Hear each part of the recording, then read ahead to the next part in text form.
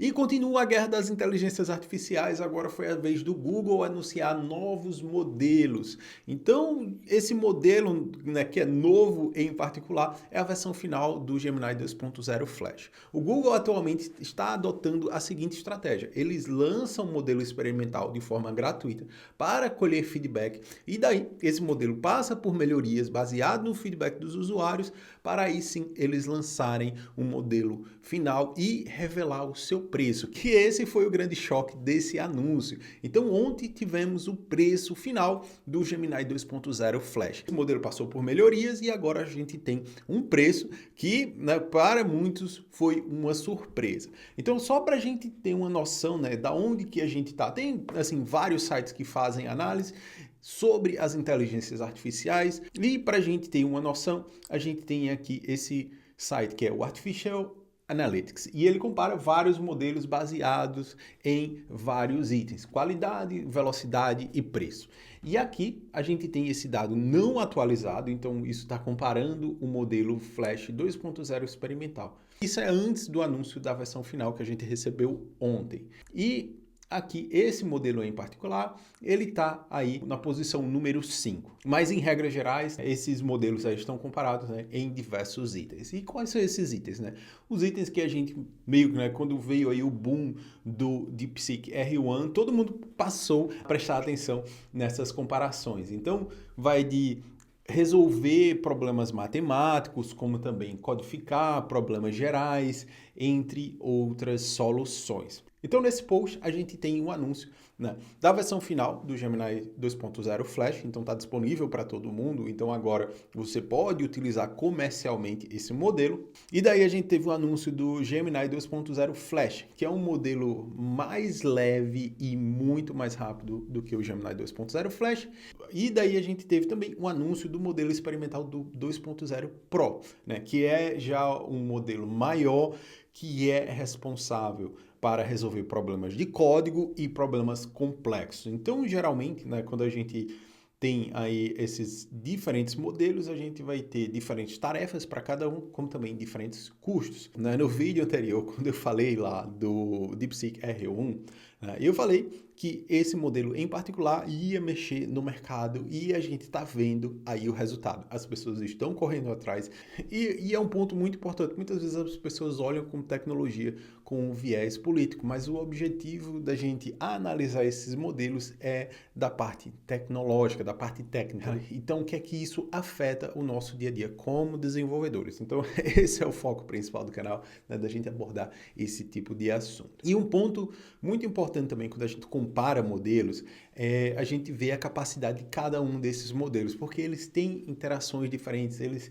têm aí objetivos diferentes. Por exemplo, na família Gemini, um dos grandes mods é a questão da multimodalidade, onde você consegue enviar um áudio, você consegue enviar um vídeo e daí você tem um resultado, uma resposta em texto. Mas agora, além de ter uma resposta em texto, a gente vai ter em breve uma saída de imagem, como também uma saída de áudio. Então, isso é um ponto também que eu acho muito interessante. Esses recursos já estão disponíveis dentro do Google Cloud, mas a gente vai estar acessando esses recursos agora dentro da API do Gemini, que é muito mais simplificada. Simplesmente a gente passa uma chave de API e a gente tem essas informações, enquanto no Google Cloud, né, tem passinhos extras para a gente ter acesso a esses recursos. E também um item bem interessante que caiu o ano passado é a possibilidade de, por via API, chamar a busca e ter resultados recentes. Por quê?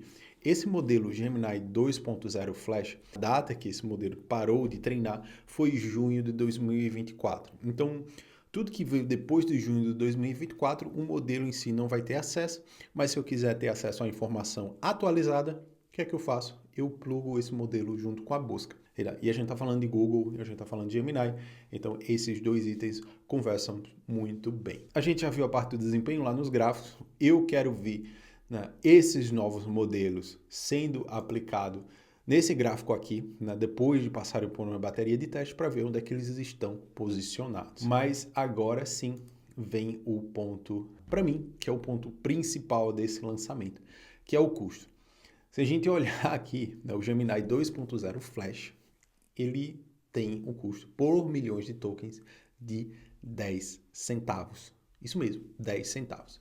Se a gente for dar uma olhada lá nos gráficos, né, na parte de custos, o modelo GPT-4 ou Mini, ele tem, que é o mais barato entre esses concorrentes, ele tem um custo de 30 centavos. Então a gente está comparando aí o menor modelo do GPT com o Gemini Flash, que está entre os top 5 modelos, né? Então, se a gente comparar aqui, né, o GPT-4 ou ele não faz a lista dos top 10 e ele é um dos mais baratos. Então, só para a gente ter uma noção aí, né, entre os top 10 a gente tem o Sonnet, e o Sonnet, né, é um dos modelos mais caros que tem no mercado, depois, né, do O1, que tem um custo médio aí de $26, a gente está falando do custo médio do Sonnet de $6.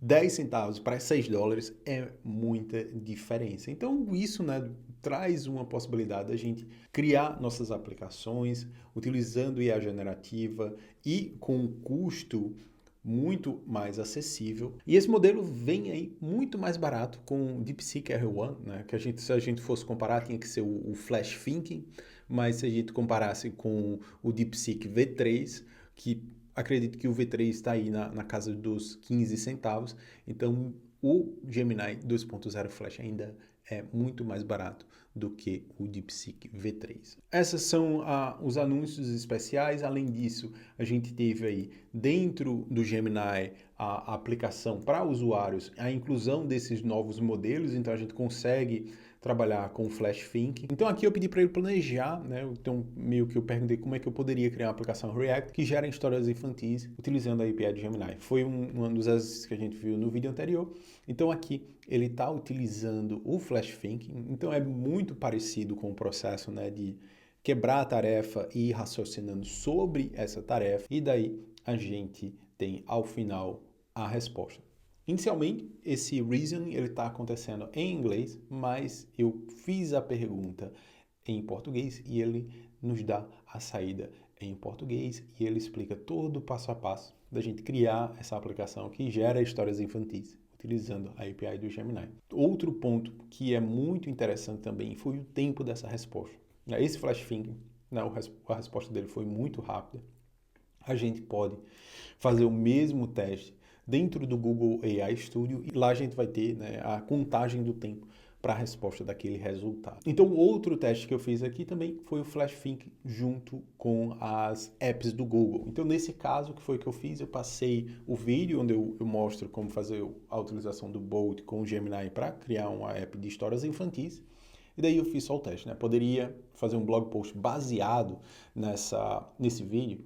E daí ele faz o reason, então ele meio que checa a URL para ver se existe, ele vai acessar os dados, as metas informações daquele vídeo e daí, baseado naquele vídeo em particular, ele vai e começa a gerar um post para mim. E depois eu fui reiterando, né, pedindo para ele ser mais conciso, evitar, né, fluffy words, né, aquelas palavras que são mais como se fosse o fluffy words, é encher linguiça, né, então eu pedi para ele não encher linguiça e daí ele gerou o post e eu fiz um teste, né, gerei esse post em particular. Então esses modelos estão disponíveis, também o Pro também está disponível dentro do Gemini Advanced, né, o Pro experimental.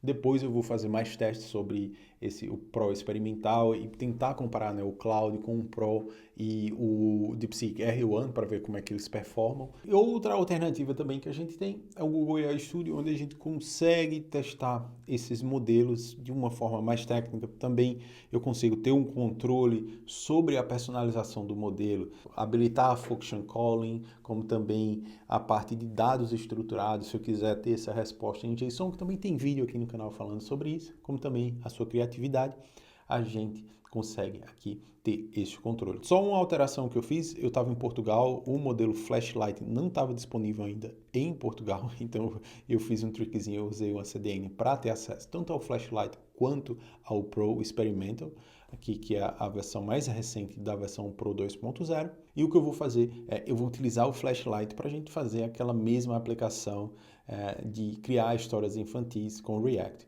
Então, vou selecionar esse modelo, fazer a pergunta, né?